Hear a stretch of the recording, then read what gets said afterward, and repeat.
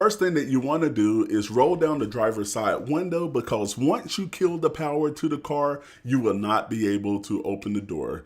So, and after you do that, we're going to go to the menu here. We're going to go to safety, and we're going to go all the way down. And now we're going to power down the car. And after we power down the car, we're going to remove the vent cover, which is very easy. It just pops right out. And here you can see where the battery is located. We have to get to that battery. So what we're going to do is we're going to unscrew the bio defense filter with a 10mm socket. You have 2 screws on both sides, and we're just going to take those out. And once you take them out, make sure you put those in the location, because you will need those. What you're going to do here, just lift the filter right out. It's very just an easy, straightforward process. And from there, we located our 12-volt battery. You pull up the green pin and it lifts right out, and just put that cord over to the side. Make sure it doesn't touch the battery. Now, you don't have to do this step, but I felt safer if I did. I disconnected the battery pack as well. And now on the side of the steering wheel, you have 2 holes, and the kit came with a little screwdrivers. Just pop them both in there about a 1/2 inch, and the airbag will come out. Be careful with the airbag.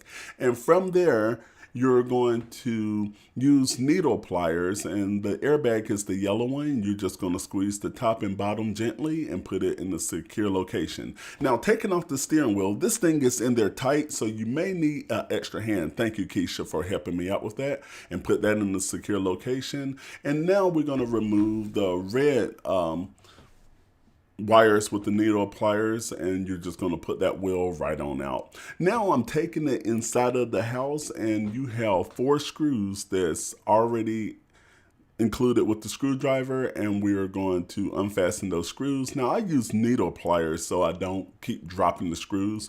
And after you take those 4 out, you see I'm just throwing them over there. Keep up with those screws, because you don't want to lose your screws. And from there, going to flip the wheel over, and you see there are some black plastic pins. Be careful, because they are plastic, and I'm using my needle pliers just to loosen the back of those. You just squeeze both sides, and they will come right on out. So you do have 3 of those. So now I'm on my second one. And this is really just a straightforward process. Just allow yourself about an hour to do this, and you're good to go. Now, after we pop those out, you're going to flip that wheel back over. Now you see that they are loose. And once we get them loose here, we're going to loosen the frame of the wheel. So you can literally do this by hand, because we loosened the screws already, so there are no screws holding it. And from there, we're going to remove the steering wheel warmer. So this is what we're going to do. I use a 5/64 Allen key, and there are 4 little screws. Now, be careful with these screws, because they are very small. So we want to make sure we keep up with them. So we're just going to go on and loosen those right up. Righty tighty, lefty loosey. So I'm turning it to my left, and take those 4 screws right on out. And also, I haven't mentioned so far, however, if you are interested in this kit, I do have a link in the description box below.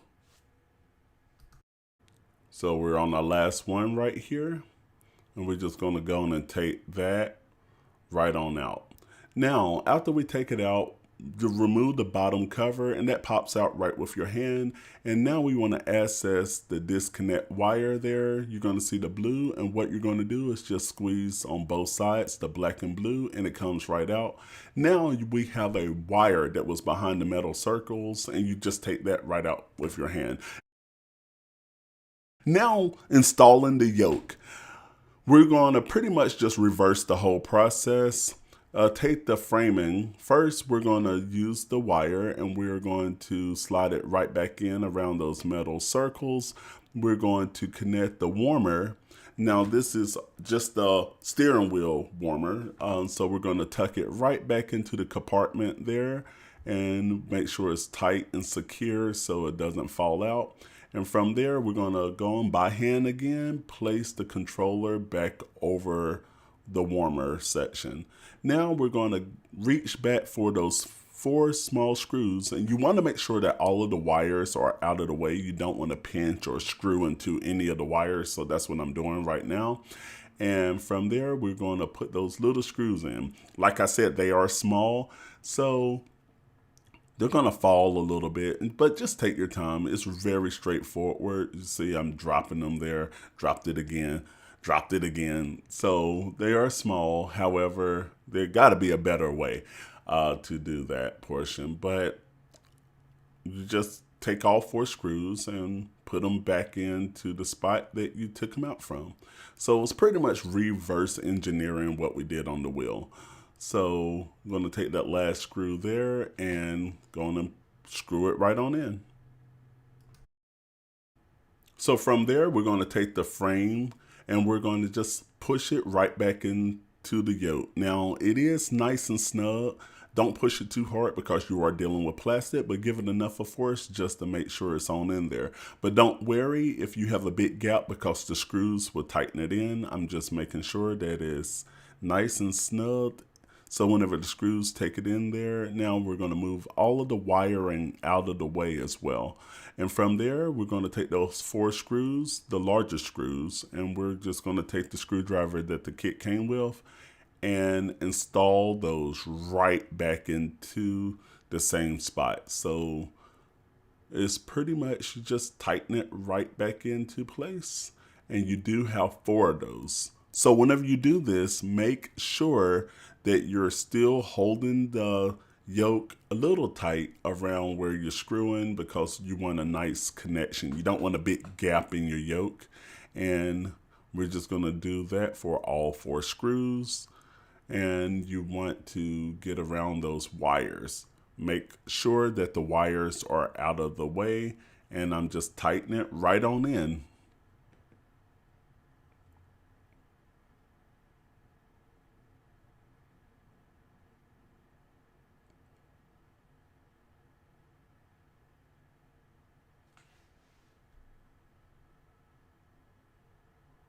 So after you finish that, you want to place the O-rings in place. I know there has to be a better name, but I don't know the name of it.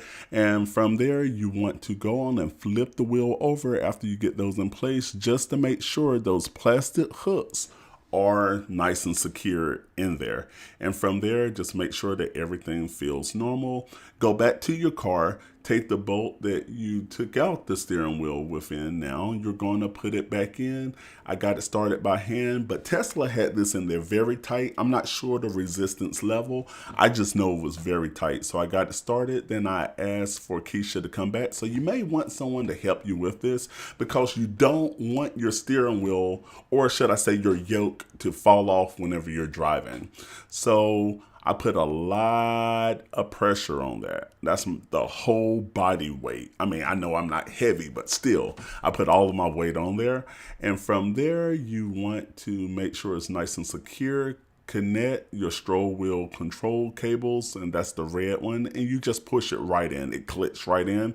And from there, I am going to take the airbag with the yellow one, and you do the same thing.